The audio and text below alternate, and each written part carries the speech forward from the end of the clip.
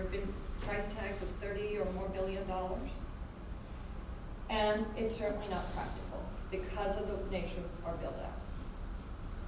And so we looked at that science, and we looked at the implications of not being able to address it from a larger typical sewer system kind of way, and started to look into what were solutions elsewhere, because surely we couldn't be the only community that was dealing with this. There's Cape Cod, there's Chesapeake Bay, there's any number of coastal front communities. The Great Lakes up in New York State are dealing with the same thing. And I worked with Chris Goldberg, who is the leading researcher on this at Stony Brook University. And we looked at what other possibilities might be out there, and found that there was some nascent technology out there that was aimed at small kind of cluster systems or individual systems that would treat the nitrogen on site. The problem with them is, as they stand today, they require a lot more space and land than current systems do. They do not meet a standard that is high enough in terms of the nitrogen reduction that needs to happen in order to stop and reverse this trend. And they are very cost prohibitive. A single system today is in the $30,000 to $50,000 range. And again, they do not meet a standard that is sufficient. This was right around the time Governor Cuomo got elected the first time, and he put together the Regional Economic Development Councils and requested proposals for what was called transformative economic development, job creation projects. So I pitched the idea to the council that we create an incubator, research and development site, somewhere here in Suffolk County, Stony Brook University, BNL, one of the sites that is there, research-centric, and do an incubator project for the development of single and separate retrofit systems that will meet a standard and a price point, and will make it so that we can retrofit our systems here while creating jobs, patenting the technology, and realizing that there is not only a nationwide market for this, there is a global market for this. And the council was intrigued by the idea. The governor was intrigued by the idea.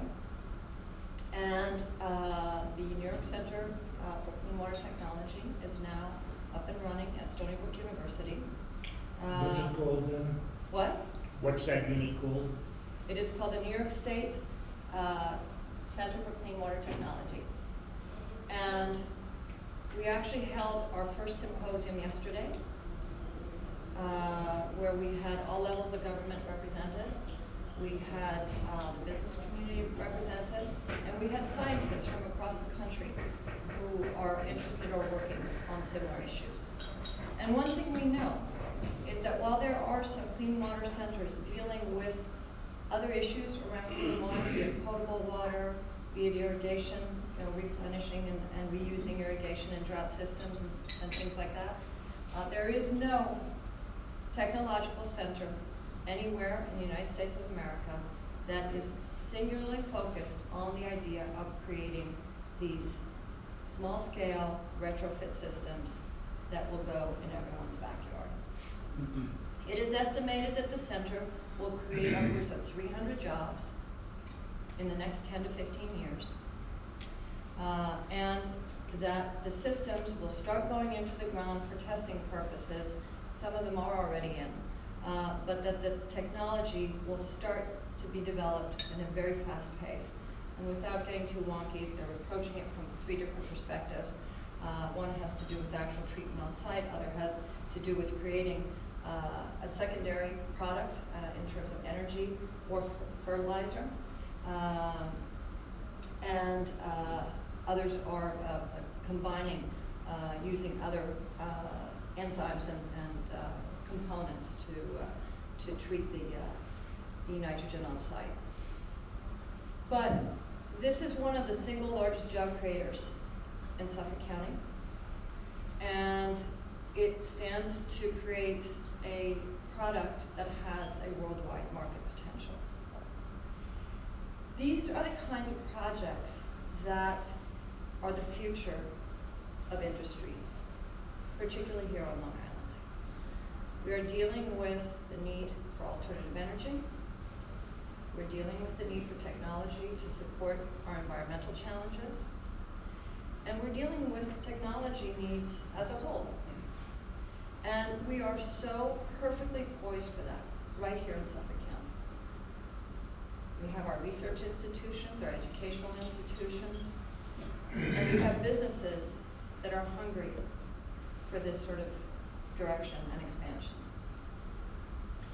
These are the kinds of things that I worked on a local level, but I've also looked at economic development plans in terms of how do we support our communities in this changing economy too, in terms of housing, in terms of transportation, and in terms of creating an environmentally sensitive plan for all of this. In other words, supporting the downtown kind of model with housing that then is available for new, young, less affluent workers, with a mass transit system that supports that and that can get them to and from work without having to have 3 or 4 cars in a driveway, without being the single largest CO2 emitter in New York State. That's what we are, Suffolk County. And we set about looking at the Flanders Riverside area of Southampton, which is, everyone thinks of Southampton as the Hamptons and the most affluent part of Long Island.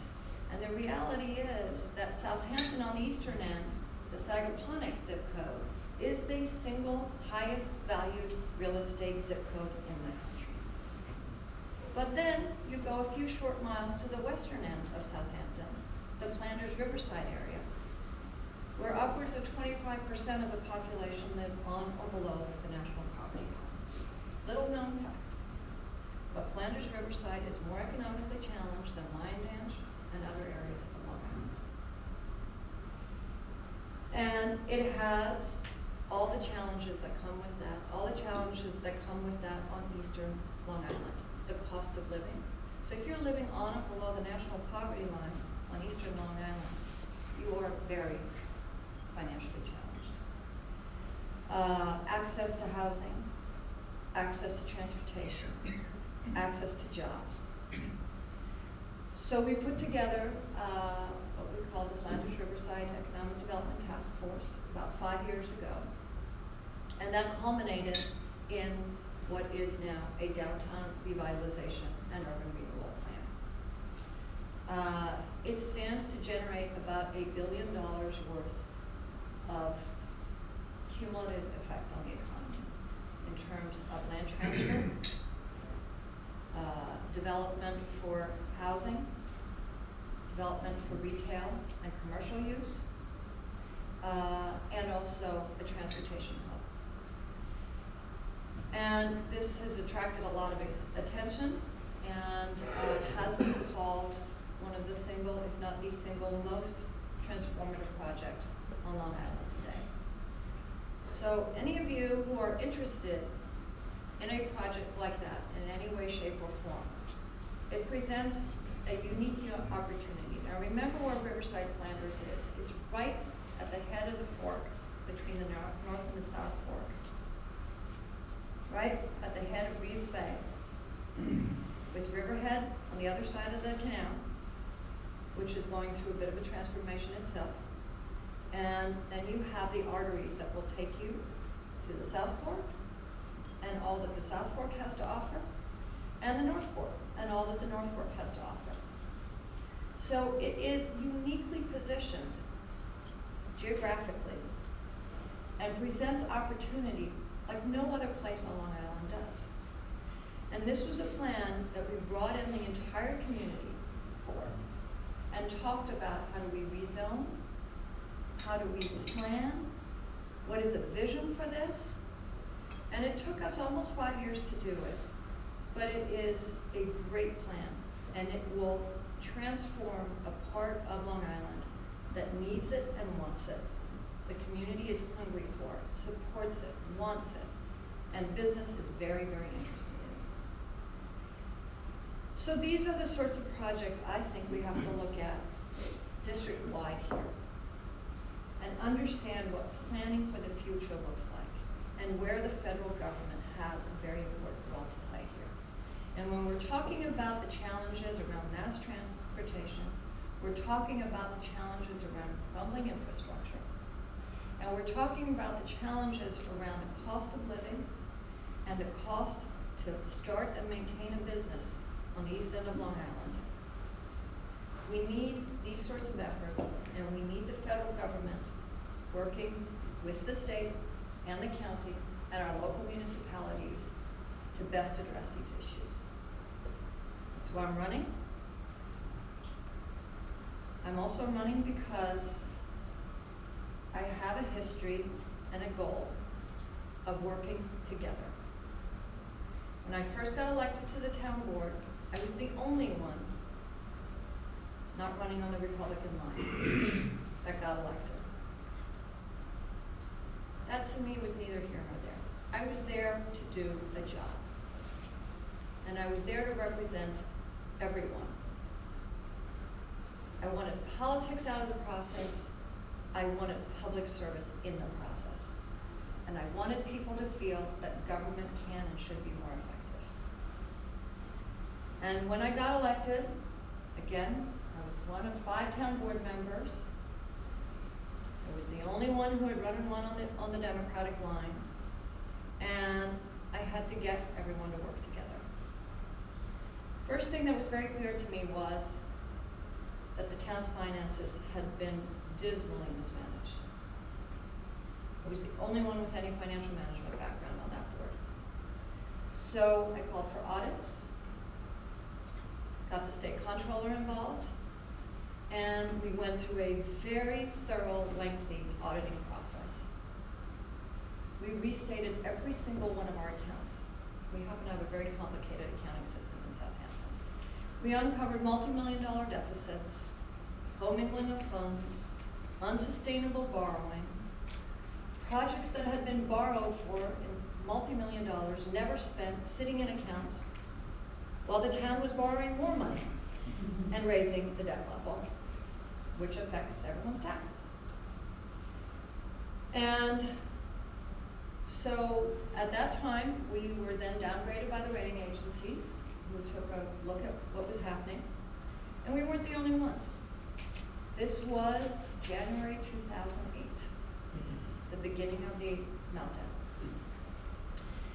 But I had to get everyone to work together on this. I had to get to 3 votes to authorize the auditors to come in, to get everyone to agree on new policies and procedures, to get agreement on how we were going to restate these accounts. And I managed to get a couple of clear-thinking Republicans to work with me on it. And we set about cleaning it all up. Brought in an entirely new financial management team, replaced the comptroller, brought in real CPAs. And today, the town of Southampton is a AAA rated town, one of the few. In fact, we had our AAA rating confirmed yesterday by Moody's. S&P had given it to us a couple years ago. Moody's followed suit yesterday and talked about the last 5 or 6 years of sound financial management. And with those savings, because then we cut about $5 or $6 million of wasteful spending, and out of a town budget, that's pretty significant. Reduced the size of government, created early retirement incentives, and reorganized fundamentally how Southampton town government provides its services. Now, I believe that can be done on every level of government. It just requires people who understand it, or are dedicated to it, and understand how you bring the public into this too, and understand what you're doing. So, for all those reasons, I would like to represent this district. I would like to be part of understanding and bringing what is needed to this district in a very changing economy. and understanding what is needed on a federal level when we're dealing with our foreign policy and geopolitical challenges, because they are significant, and they only get more and more significant every day. And we have very few people elected to federal government today that actually has an understanding and a background in any of those issues. So that's why I'm running. I would be the first woman to represent the district. More than anything else, I would be the first person that has actually legislated and managed on a local level in government here, has dealt with the day-to-day nitty-gritties of legislating and managed in politics and in government in this district.